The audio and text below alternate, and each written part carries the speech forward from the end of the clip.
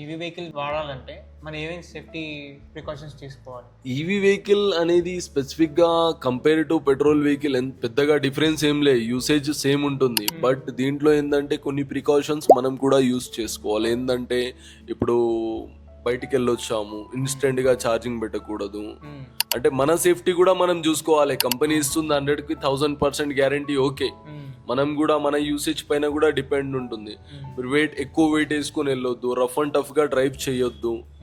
And EV వచ్చేసి మనకి అంతగా కంపారిజన్ టు పెట్రోల్ అది స్ట్రాంగ్ ఉంటుంది, మొత్తం మెటల్ ఉంటుంది. ప్రతి ఒక్క ఈవీ వచ్చేసి మనకి ఫైబర్ బాడీ కాబట్టి మనం బేసిక్ గా చూసుకొని మెల్లగా డ్రైవ్ చేసుకుంటే వెహికల్ లైఫ్ వస్తుంది, బ్యాటరీ లైఫ్ వస్తుంది.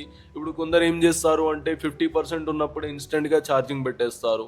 అలా పెట్టడం వల్ల ఏమవుతుందంటే ఆ 50-50 అనేది పైన ఏదైతే ఉంటుందో ఆ 50% ఛార్జ్ అవ్వదు. అది అలాగే రొటేషన్ అవ్వడం వల్ల మైలేజ్ అనేది డ్రాప్ అయిపోతుంది, మైలేజ్ రాదు వెహికల్లో.